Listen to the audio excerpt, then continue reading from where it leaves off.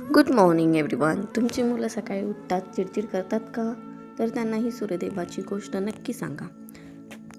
सकाळ झाली, सूर्यदेव नेहमीसारखेच लवकर उठले, पण त्या दिवशी त्यांचं मन थोडंसं अस्वस्थ होतं.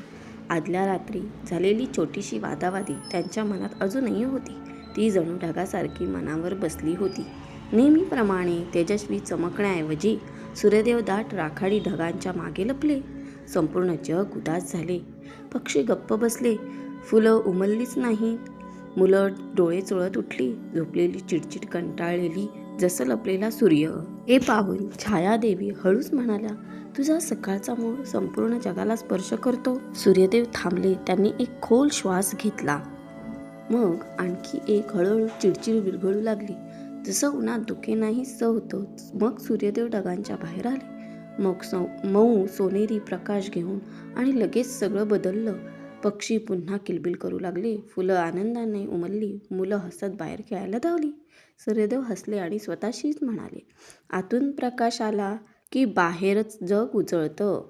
या गोष्टीतून मुलांना काय शिकायला मिळालं? सकाळचा मूड पूर्ण दिवस ठरवतो. थोडं शांत झालं की सगळं छान वाटायला लागतं.